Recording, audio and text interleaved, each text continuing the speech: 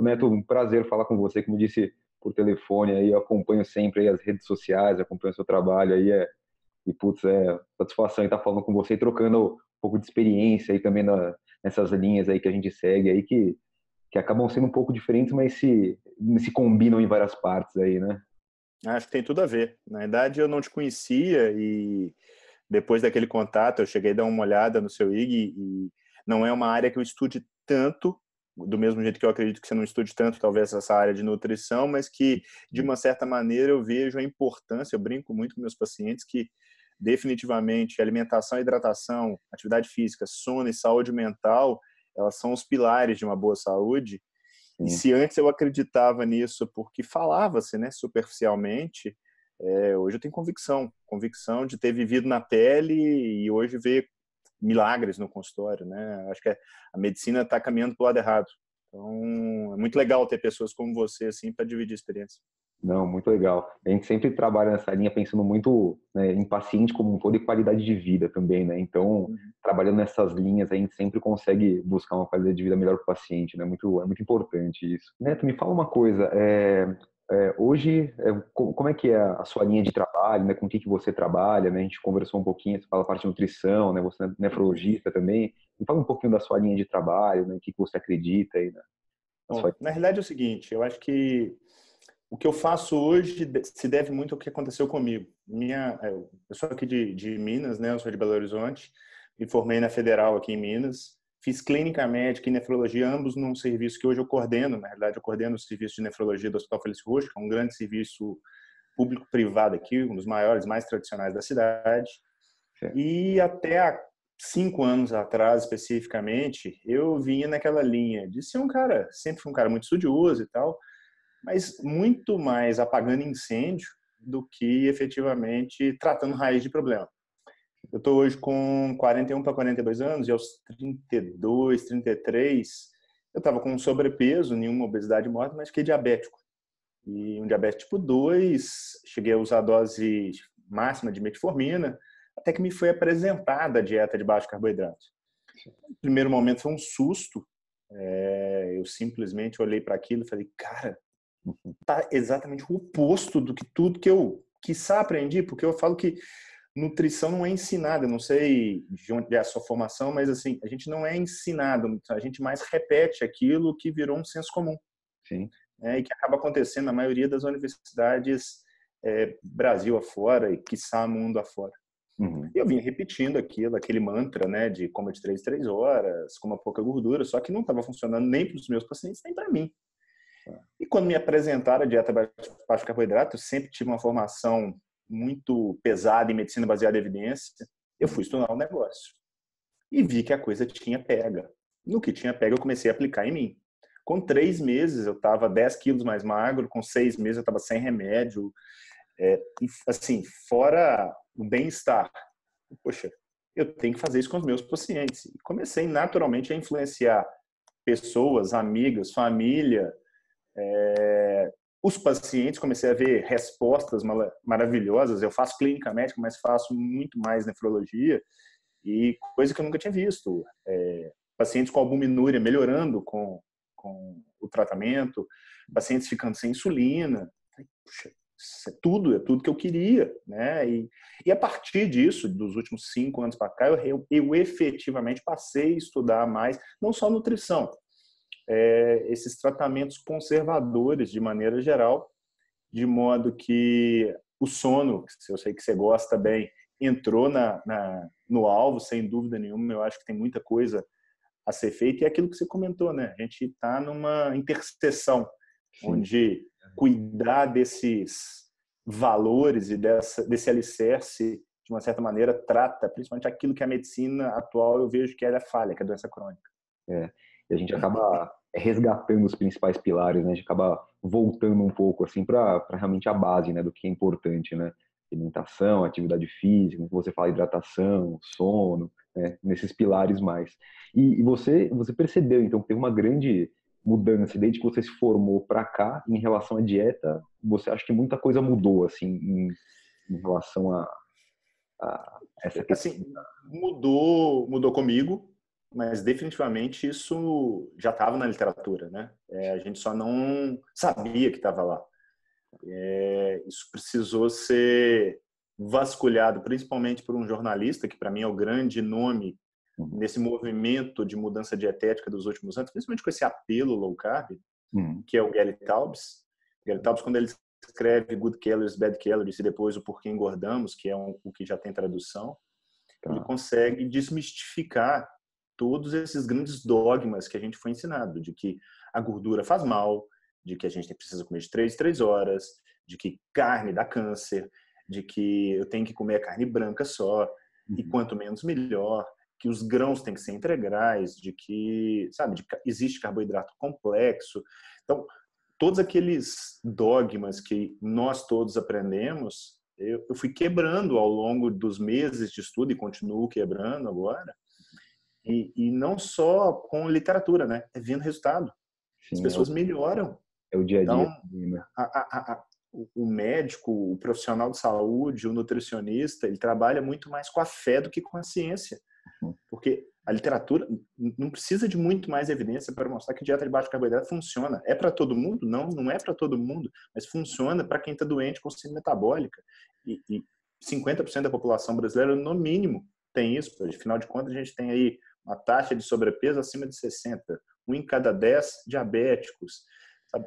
Uma ótima alternativa lastreada pelo paradigma evolutivo, do tipo, comer o quê? O que o ser humano sempre comeu, né? Bicho e planta. A gente não viveu de coxinha e sucrilhos.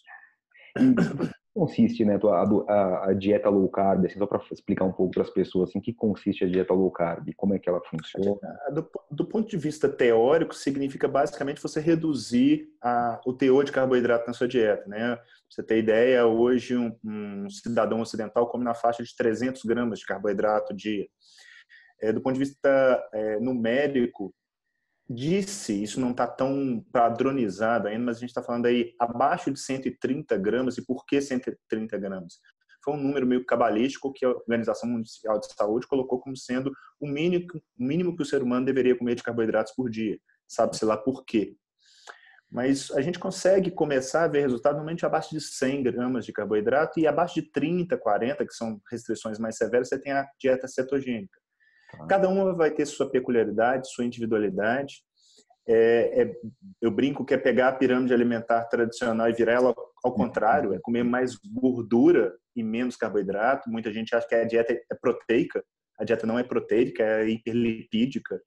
E para isso é muito fácil convencer as pessoas de que açúcar e farinha não são bons negócios, mas desmistificar que ela tem que comer mais gordura e que não precisa ser gordura necessariamente vegetal, que ela pode comer carne, peixe, ovos, queijo, e que isso faz bem, talvez esse seja o grande dogma a ser quebrado.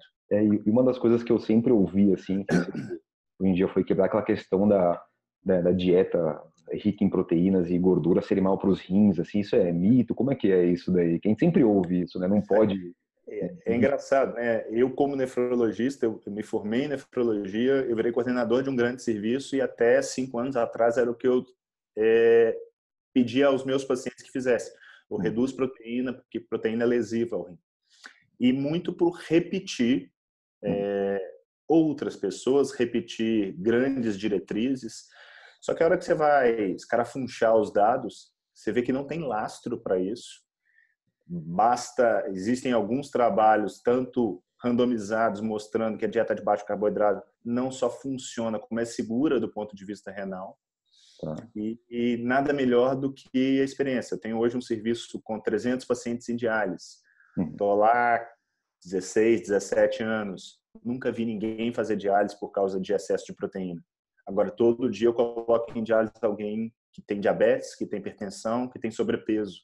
Justamente aquilo que a dieta de baixo carboidrato trata. Agora, você pode fazer dieta de baixo carboidrato tomando Coca Zero e comendo óleo de soja.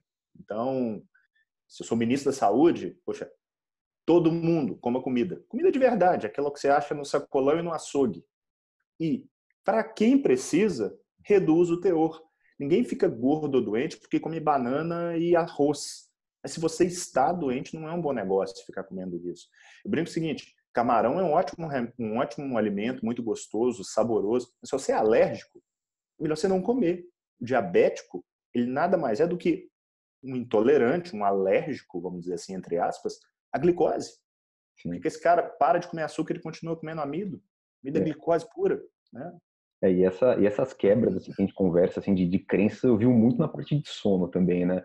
Essa parte do sono hoje, em relação à forma como se trata hoje, né, com medicamentos, né? E até existem muitos estudos também mostrando, né, a evidência de que a primeira abordagem que deve ser feita deve ser baseada em alteração de mudanças de comportamento, mudanças de hábitos, né? Tem muita evidência falando em terapia comportamental, mas hoje o que a gente vê, na maioria das vezes também, são aquela forma, né, que a gente aprendeu a tratar, né, com medicação, né, dando algumas medicações que a gente sabe que são lesivas no longo prazo, né, então a gente tem também resgatar alguns conceitos, quebrar algumas crenças, algumas objeções aí que algumas pessoas, né, têm. É difícil tirar isso do paciente muitas vezes, né, porque ele vem naqueles conceitos mais antigos também, né. Eu não sei se você tem essa impressão, mas a coisa vai se repetindo, né? Na doença crônica, no problema crônico, que você tem um problema raiz Sim. e gera frutos defeituosos. A medicina moderna, ela trata os frutos. Ela É, dá um remédio para pressão, um para diabetes, um para o sono, um para esteatose, um para gota, ao invés de mudar a base. E sim. por quê, né? Primeiro porque dá trabalho. Não é fácil mudar hábitos, seja relacionado ao sono, de não ficar colado no celular antes de dormir, ou evitar tomar um café à noite, ou evitar fazer uma atividade física mais tarde, a coisa é muito individual. E do mesmo jeito, você está sendo exposto na área da nutrição a um donut, a uma sobremesa, a uma cerveja. São escolhas, né? Eu falo que é muito mais fácil se existisse uma pílulazinha mágica que eu pudesse fazer o que eu bem entender e É, mesmo assim ficar bem. Se aparecer, me avisa que eu estou na fila, mas eu até também. lá a gente precisa ter esses cuidados e brincar com essa individualidade de uma maneira peculiar, porque, poxa, eu brinco, eu adoro café. Eu posso tomar o tanto de café que eu quiser que eu não vou ter problema de sono, Sim. mas minha mulher não pode, É. sabe? E aí aquela coisa, você vai falar para todo mundo não tome café à noite? Não, para quem do mesmo jeito. Meus filhos comem arroz, comem batata, comem inhame, comem cará, mas são magros, são saudáveis, são ativos. É diferente eu pegar o neto de 10 anos atrás, o cara que estava com sobrepeso com uma intolerância à glicose. É, Então, é a questão da individualização, né? É isso é individualizar. tudo, né? Por mais que a gente use as redes sociais para tentar massificar alguns tipos de conhecimento, Hum. o que a gente acaba fazendo dentro do consultório, eu tenho certeza que você faz, é justamente isso, né? Às vezes o problema da pessoa não se enquadra necessariamente na média. A pessoa, ela tem um problema que, sei lá, é muito dela, da família dela, da experiência de vida dela. E é Sim. isso que é a mágica da individualidade, né? Exatamente. Aí, até explorar tudo isso, né, na consulta é super importante. Assim, você olhar ambiente de sono, relação familiar, né, olhar tudo isso como um todo para você conseguir começar a entender também. É o que a gente faz, né, o que a gente tem que fazer no nosso dia a dia e individualizar o tratamento. É exatamente essa questão do café, né? É que eu sempre falo que sono é autoconhecimento, é uma das frases que eu mais falo lá, porque a gente passa informação, né, mas a pessoa tem que também, às vezes, testar, né, ver se aquilo lá realmente funciona para ela ou não e realmente a partir do momento que ela toma uma decisão de fazer aquilo, também assumir também que pode ser que durma uma noite mal e tá tudo bem, né? É que nem É a isso aí. questão de sair da dieta um dia ou outro também, a gente não tem que se penalizar completamente por conta disso, né? A coisa não é religião, né? É, E não existe um artifício propedêutico que eu consiga chegar e falar assim, eu vou dosar ou vou fazer um estudo genético específico para ver como é que o João tolera o café. Aí você faz o exame dá positivo, mas o João toma o café e não tem nada. Vale mais a realidade. E a gente fica muito preso a mecanismos, a resultados, a testes, sem fazer esse tipo de experimentação. sim, As pessoas, eu acredito que elas, e muito por culpa nossa, da medicina, com essa coisa do convênio, a redução do tempo de consulta, essa necessidade de fazer a coisa girar, fez com que a gente começasse a apagar incêndio, né? né? E os pacientes acostumaram com isso. Porque você convencer, eu consigo te falar aqui em 3 minutos o que eu acredito que uma pessoa, de modo geral, precisa comer, assim, nortear. Mas eu não posso só passar isso em 5 minutos. Eu tenho que convencê-la de que vale a pena. Porque ela vai ter um esforço que vai além de pegar uma pílula e falar assim, eu vou colocar na boca e vou emagrecer ou vou dormir melhor. Né? Essa pílula eu vejo muito como uma supervalorização dos efeitos benéficos. E tudo bem, medicamentos têm seu benefício sim, mas há uma subvalorização dos efeitos colaterais. Sim. Que eu vejo, e acredito que você veja também, eu vejo tanto em renal crônico quanto em idoso, essa polifarmácia levando a problemas que, às vezes, os pacientes estão usando 10, 15 tipos de medicamentos e nem eles sabem bem por quê, porque um médico, uma vez, pediu para ele tomar e ele continuou a tomar. Mas por quê? Não sei. E está lá. Poxa, quanto que aquilo ali está sendo benéfico? Porque se não estiver sendo benéfico, tira. Né? No mínimo o que vai acontecer vai economizar. Sim. Vai ter um dinheirinho para fazer alguma outra coisa. A gente sempre tem que avaliar toda essa parte, né? É muito importante. E né, você falou da questão que a gente falou de mudança de hábitos, de convencimento.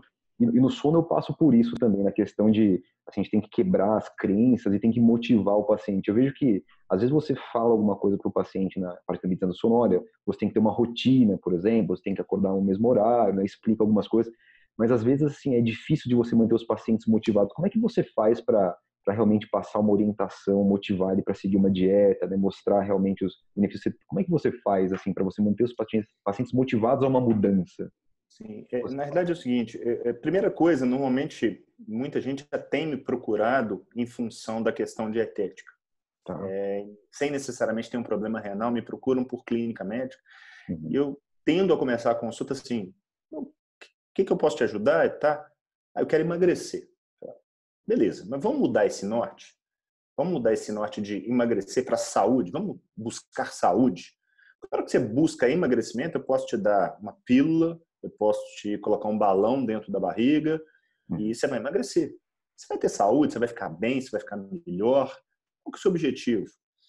É conseguir brincar com seus filhos, é subir numa árvore, é conseguir fazer uma viagem e não ficar parando a todo tempo porque você está cansando, reduzir sua dor nas costas, se sentir mais bem disposto. Então, eu começo sempre mostrando os potenciais benefícios. Inclusive, coisas simples. Eu já tive paciente que chegou no consultório e ele foi levado meio à força pela esposa. E uma das coisas que ele batia muito é que os exames deles eram normais. E, efetivamente, ele metabolicamente ele tinha exames normais dentro daquilo que ele já tinha levado para mim. Ele tinha nitidamente a síndrome metabólica, mas eu olhei, bati o olho e falei, ele estava com um mocassim. E eu falei assim, deixa eu te falar uma coisa, quando é que... por que você não tem sapato com cadarço e tal? É porque você não consegue amarrar? Não, é preferência. Eu falei, você consegue subir essa rua que tem na frente aqui do consultório? Ah, eu canso um pouquinho. Eu falei, Zé, qual foi a última vez que você namorou com sua mulher? Nisso ele deu aquela assustada. Eu falei, cara, eu não tô te falando isso para te jogar para baixo, nada disso. Tô te mostrando que exame é complementar. Você pode até achar que seus exames estão bem, mas você não está bem. E tem uma maneira de melhorar. Se você quer melhorar, aí é problema seu. Se você quer, eu posso tentar te ajudar. Eu estou aqui para te ajudar, para te tutorar. Estou aqui para te cobrar, né? Estou só te mostrando que existe algo além do arco-íris. Se você quer seguir, a estrada vai ter seus desafios, seus problemas. Eu estou aqui para te ajudar. E outra, né? As pessoas tendem a acreditar que você tem que sair do 8 para 80. Se o cara, sei lá, fuma 40 cigarros, a ideia é que ele pare de fumar, mas se ele sai de 40 para 10, ele melhorou. O cara que está com 130 quilos e o peso ideal dele é 70, se ele chegar em 100, ele ainda está com sobrepeso. Tá, mas ele melhorou pra caramba e as pessoas tendem, ou faz tudo ou não faz nada. Isso é importante. Às vezes as pessoas acabam se apegando muito ao resultado negativo, né? Isso desmotiva demais, no sentido que nem você comentou, o cara tinha que perder 30, ele perdeu 15. Pô, ele perdeu 15, né? Ele tá na jornada dele, né? Mas a pessoa se apega muito a essa questão negativa, né? E na realidade, aquilo que se busca, né? O objetivo, eu acho que é uma coisa que às vezes ajuda, mas às vezes pode ser perigosa. Porque se você não consegue atingir aquele objetivo traçado, dá uma sensação de frustração, que na realidade não tem motivo para tal. O que eu noto nitidamente é o seguinte: na alimentação especificamente, o que dá certo é aquela pessoa que para de fazer dieta e transforma aquilo num hábito de vida. E eu acho que isso serve para tudo. Então, o cara que às vezes eu faço questão de mostrar que eu tomo uma cerveja, que eu como um doce ou como um pão. Tá? Isso faz parte, não é religião. Eu não sou celíaco a ponto de eu colocar um glutenzinho na boca e ter uma diarreia monstra. Não acontece. Se eu comer um pouco a mais, eu posso dar uma estufada e eu vou escolher se eu quero ou não, se vale a pena aquilo ou não. Você, todo dia, eu posso que... eu preciso de 8, 9 horas de sono. Tá, tem gente que precisa de 6. Mas se um dia eu dormir 6 horas, porque teve uma festa, normalmente não é aquilo que vai acabar com a minha vida. Posso, às vezes, ter um dia um pouquinho mais pesado no dia seguinte, mas no outro eu já volto para a minha rotina. Então, quando você transforma aquilo em um hábito, eu não sei se você conhece, eu gosto muito do livro que chama O Poder do Hábito. Sim, sim. Que diz que você precisa em torno aí de 3 semanas para conseguir adquirir um hábito, seja ele bom ou ruim, né? Para fazer essa mudança, né, de mindset. Quando a pessoa chega para mim, num retorno, 2, 3 meses depois, eu falo, e aí? Tô super feliz e tal.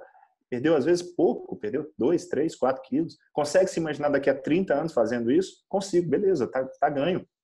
Exatamente. Agora, o cara que perdeu 30 quilos, se ele continuar imaginando, nossa, quando é que eu vou poder voltar a comer pão? Tem tudo para dar errado. Né? Então, eu acho que as pessoas, eu falo muito isso, as pessoas têm que enxergar que elas são diferentes. Não adianta querer se comparar com o vizinho. Porque o meu vizinho come 3 pães por dia e é magro. Tá, ele é seu vizinho. Não é ele. Né? Com certeza você tem alguma coisa que é melhor que ele. Talvez ele tenha dificuldade para dormir. Sim. E você dorme bem, né? Essas comparações são muito ruins também na parte do sono também, nessa questão. Exatamente o que você contou. Necessidades diferentes, né? Organismos diferentes, funcionamentos diferentes, as pessoas se comparam e isso gera muita ansiedade mesmo, né? A gente acaba colocando, às vezes, nos pacientes que você comentou mesmo, acaba tendo uma expectativa lá em cima de um sono perfeito que seria na cabeça aquele de vou dormir em 5 minutos, né? Não posso acordar, eu não posso me privar de sono, e a coisa acaba gerando uma frustração, né? Quando o paciente não consegue atingir isso, vai aumentando muito a ansiedade dele, vai atrapalhando cada vez mais. Mas isso é muito importante, isso, né? Dessa questão de você mudar realmente o hábito, né? Você realmente se transformar, você não ter foco, não ter só uma meta de cumprir aquilo para depois você acabar com tudo. E as pessoas querem um resultado muito rápido. Eu comparo muito, acho que sono tem tudo a ver com reeducação alimentar, né? E eu tenho assim, eu gostaria muito que a gente conseguisse passar tanto de informação sobre sono, que hoje eu vejo as pessoas conversando um pouco mais sobre alimentação, mas no sono não tem muita informação, né? Então acho que um dia talvez essa informação vai se espalhar também. Mas eu acho que essa questão da gente conseguir passar a informação de que também não é uma coisa do dia para a noite, né? Por isso eu comparo muito com a alimentação. O paciente chega, olha, eu fiz uma rotina, 3 dias eu acordei no mesmo horário e não adiantou, né? Eu falo, olha, calma, né? A gente tem que mudar, né? O organismo demora um tempo para se adaptar, usa esses mesmos conceitos aí. Eu comparo muito isso com alimentação, acho que E tem tudo a ver, né? Eu falo que eles estão completamente entrelaçados, né? A pessoa que quer ter saúde na acepção do termo, de sentir-se bem e de não simplesmente ficar sem uma doença, de chegar e olhar e falar, cara, estou vivendo a minha vida plenamente, do ponto de vista não só do ponto de vista orgânico, mas do ponto de vista mental, do ponto de vista espiritual, o que quer que seja. Eu vejo muito os alicerces muito fortes nisso. Existem muitas pessoas com problema de sono, existem. Eu acho que talvez o sono não esteja tão em voga, porque, por um lado, infelizmente, existem medicações que vão, de uma maneira forçosa, fazer o cara dormir. Né? E aí, com aquela droga ali, ele vai empurrando. Enfim. E para o profissional, é muito mais fácil eu virar e falar assim, não, toma esse remedinho aqui que você vai dormir bem. Do que chegar e gastar saliva, né? Gastar e tirar ansiolítico, um negócio que eu tento demais com os meus pacientes, não é fácil, é tirar uma droga, é fazer o cara parar de fumar. A frustração está presente o tempo todo, mas é aquela coisa. Eu batalho muito em cima disso, nem que seja reduzir, porque e tentar trabalhar aquilo que se dá para trabalhar, né? Tentar trabalhar desde o que você faz, qual é o seu ambiente, não leva problema para a cama, só vai para a cama na hora que tiver efetivamente com sono, tira a LED do quarto. Infelizmente, a maioria dos profissionais acho que não se preocupa, ou se não se preocupa, ou às vezes até nem sabe disso, porque você está indo em congressos tanto quanto eu, você vai para uma palestra, sei lá, de hipertensão, onde tanto a alimentação quanto o sono são super importantes, atividade física, e o cara vai falar 20 minutos, ele fala 30 segundos a respeito de hábitos de vida. Olha, tem que dormir bem, emagrecer e fazer atividade física. E dá-lhe droga. Droga. Mudança de estilo de vida. Só isso. Exatamente. Às vezes num cantinho do slide, né? E completa convicção que tinha que ser o contrário. Esse papo que a gente está tendo de trocar e falar assim, cara, o que você faz para conseguir motivar alguém a continuar? Porque muitas vezes é frustrante. Exatamente. Eu falo muito com o meu paciente, eu não posso fazer a dieta para você. O norte está aqui. E aí eu acho que entra esse trabalho multidisciplinar, né? Poxa, você está com um problema grande de sono? Poxa, vai lá no João para ver se ele acha alguma coisa que eu não estou acertando aqui. A nutrição não está legal? Tem nutricionistas que vão fazer um inquérito, tentar fazer uma coisa para você que se encaixe melhor. Então, essa conversa, ter um profissional da educação física que consiga valorizar as várias nuances do exercício físico, sem esquecer que tem o sono, que tem a alimentação, sabe? Então, essa conversa falta. Por quê? Porque as pessoas estão tratando números. As pessoas não tratam o João, elas tratam o colesterol. As pessoas não tratam o que você sente. Não adianta você chegar e falar assim, eu estou sentindo isso. Se não couber no seu raciocínio clínico aquilo, é como se a pessoa, não, você não tem problema. Claro que você tem, tá com dor. Como que não tem? Tô com dor nas costas. Não, isso não é rim. Beleza, o que é? Perdeu-se a lógica, o objetivo primordial, que é cuidar do paciente. A gente parou de tratar as pessoas para tratar número, para atingir meta. Isso é triste. É grave. É um trabalho de resgatar esses valores, né? A gente vai ter que, ao longo do tempo, resgatando tudo isso. Felizmente, eu falo que felizmente, por quê? Porque eu já tive do outro lado. Eu já fui aquele médico que tratou número. E assim, isso que eu falo, tem muita gente boa que está fazendo uma medicina aquém do que poderia fazer, porque é muito fácil, é uma coisa sectarista. Você fica lá durante 6 anos na faculdade, depois 2 a 4 anos de residência, normalmente repetindo muito daquilo que os seus preceptores estão falando, do que os seus colegas estão falando e daquilo que tem muitas diretrizes. E se essa diretriz e esses colegas não estão trabalhando conceitos básicos de prevenção, de evitar a doença e não simplesmente tratar, de entender os conceitos da medicina baseada em evidência, isso é básico. As pessoas olham para um remédio como sendo mágico. Peraí, você está dando esse remédio? Não, ele tem insuficiência cardíaca, mas tá, você dá para ele fica pior. Não, mas ele tem que tomar, como tem que tomar, ele está ficando pior. Eles não conseguem entender que a coisa é probabilística, de que ele reduz o risco de internação em 10%, mas tem alguns que vão continuar internando e alguns vão ficar pior. Não entender de probabilidade é gravíssimo. Os profissionais de saúde têm tratado seus pacientes de forma determinística, né? Se você não tomar o remédio, você vai infartar. Se você não fizer isso, você vai morrer. E os pacientes estão cada vez mais doentes, não por causa, muitas vezes, dele, por causa de nós também. A gente não está sabendo efetivamente mexer. Eu falo que até 5 anos atrás eu era frustrado em tratar doença renal crônica, não fazia nada. Tudo que eu fazia era apagar incêndio. E a coisa, hoje não, hoje eu consigo enxergar pacientes que eu falo assim, cara, esse paciente, se eu não fizesse nada, daqui a 10 anos ele estaria em diálise. Eu reverti um diabetes, esse cara, pelo menos pelo diabetes, ele não vai para diálise. Eu mudei efetivamente a história da vida daquela pessoa, daquela família. Não tem coisa mais gratificante que isso. Exatamente, isso é muito bom, né? Quando a gente começa a fazer esse tipo de medicina, realmente a gente vê que as coisas realmente muda a vida das pessoas, né? É muito legal isso. E, Neto, para encerrar aqui, eu queria saber de você, que se pudesse dar algum recado, algum conselho para as pessoas que estão assistindo em relação ao que você faz, o que você falaria para elas, assim, que recado que você daria? Cara, eu vou te falar que, primeira coisa, informe-se. Saiba efetivamente, discuta com seus profissionais de saúde dúvidas a respeito de alimentação, de sono, de atividade física, de saúde mental e de medicamentos. Isso aqui vale a pena, não vale? Quais são os prós, quais são os contras? Eu capitaneei ano passado na Sociedade Brasileira de Nefro a iniciativa Choosing Wisely, que é de escolhas sábias e que parte da premissa de que você tem que mostrar o que não fazer. Então, evite ou não faça tal coisa, que vai justamente em contrário daquilo que a medicina moderna tem feito. E a iniciativa Choosing Wisely, ela incentiva uma maior conversa entre médico e paciente, de fazer a tão famosa decisão compartilhada. Então, a primeira dica para as pessoas é informe-se. Segundo, valorize esses bons hábitos de vida. Bons hábitos de vida começa com comer comida.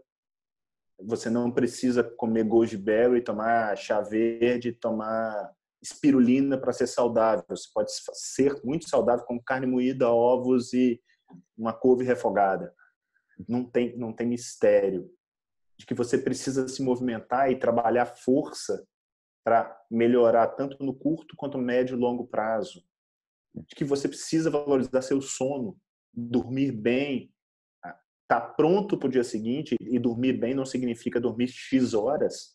Dormir bem significa estar pronto, acordado, bem disposto para o dia seguinte. Trabalhar a cabeça, seja com meditação, seja com um esporte, seja com um hobby, seja com o que quer que seja. Para que você trabalhe esses pilares, você, no mínimo, caminha na direção de uma boa saúde, de uma saúde plena. E tendo uma saúde plena, você vai precisar de remédio, aí normalmente costuma ser perfumaria. Né? E tratar problema agudo, aí nós somos bons. Medicina trata problema agudo muito bem. Se a gente conseguir evitar problema crônico, e eu acho que é cuidar do tratamento conservador, a gente vai ser muito melhores para aquilo que nós nos propusemos a fazer, né? Que é efetivamente ajudar essas pessoas. Sim. Nossa, eu assino embaixo, né? Eu acho que isso é fundamental. Eu acho que a gente vai começar a resgatar, né, alguns conceitos mais de pilares mesmo, básicos, assim, para a gente conseguir transformar essa medicina que está sendo feita hoje numa medicina realmente mais preventiva, no sentido de dar qualidade de vida para as pessoas. E é isso, que esse caminho que é importante seguir, né? E, Neto, acho que foi muito boa a conversa aqui. Queria agradecer a você por ter fiz um contato com você aqui. Acho que essa troca, nem você fala, essa troca é muito importante, né? Às vezes a gente conversando assim, batendo um papo, né, fazendo, né, algumas perguntas aqui para entender como o outro trabalha, a gente sabe exatamente, né, como acontece do outro lado, né, como é que é o outro trabalhando. Sou numa especialidade, né, relativamente nova, né, então a gente vem a formação médica realmente em medicina do sono é relativamente nova. E, né, trocando também, a gente fica sabendo como é que o outro trabalha, né, como é que o outro faz as coisas, como é que é a linha, né, de pensamento, se realmente trabalha a linha mais preventiva, né, de realmente trabalhar com qualidade de vida, que isso é realmente o que eu acredito também, né? Então, sempre busco aqui encontrar pessoas que nem você aqui que seguem nessa linha e que, putz, eu vejo muitas coisas que você coloca, mas ali evidência, né, tudo isso que você fala que realmente é nem que eu acredito muito. E agradeço demais, assim, a entrevista aqui, a nossa conversa, para a gente poder continuar aí trocando as informações. Não, assim, foi um prazer, foi muito legal. A gente tento, na medida do possível, sempre estar trocando esse tipo de experiência. A gente percebe, com certa facilidade, seriedade, né? Então, eu percebo muita seriedade no seu trabalho, vejo que, nitidamente, você está trabalhando num nicho onde, apesar de nova, o que a gente vê acontecendo de rotina é CPAP e ansiolítico, e que, ok, tem seu lugar, mas não pode ser a primeira coisa, a única coisa. Tem muito mais coisa que pode ser trabalhada, mas que demanda tempo, demanda jeito, cuidado, intenção, né, de efetivamente querer melhorar o sono daquela pessoa na raiz do problema, né? E onde eu coloquei sono, isso serve para atividade física, isso serve para alimentação, isso serve para hábitos de vida de modo geral, né? Então, conte comigo aí sempre que precisar e espero Sim, encontrá-lo pessoalmente aí para a gente trocar mais uma ideia aí. com certeza, Neto. Obrigado mais uma vez aí. E a gente vai conversando. Que precisar de mim, estamos aí, tá bom? Um Bom abraço. demais. Muito obrigado. Indo a São Paulo, dou uma chamada. Pode chamar. Se for para Minas, também te dou um toque aí. Combinado, então. Um abraço. Tchau, tchau. Um abraço. Tchau, tchau. Valeu.